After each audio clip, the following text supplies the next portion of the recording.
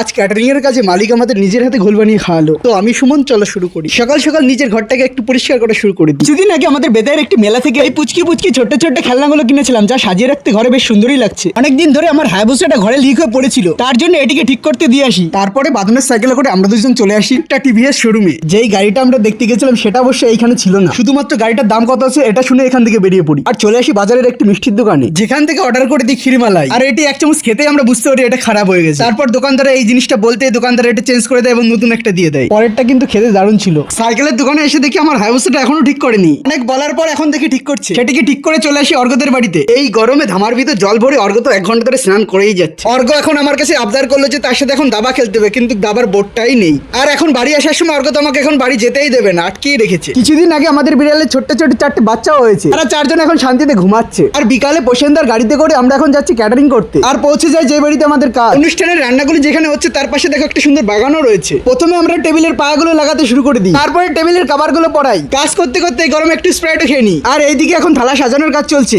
তারপরে ড্রেস পরে শুরু করে দিই পরিবেশনার কাজ। আর এইদিকে মালিক আমাদের সবার জন্য দই দিয়ে ঘোল বানাচ্ছে, আর যেটা দেখতে ঠিক কেমন হয়েছে। এই গরমে আপনারা একবার এটা খেয়ে দেখুন, পেট পুরো ঠান্ডা করে দেবে। তারপরে আবার লেগে পড়ি কাজ শেষ করে আমরা লাস্টে বসে পড়ি খেতে। সব শেষে ক্যাটারিং এর জিনিসপত্রগুলো মুছে এখন বাড়ি যাওয়ার পালা। চলো এখন বাড়ি যাই, আর আজকের জন্য বাই বাই।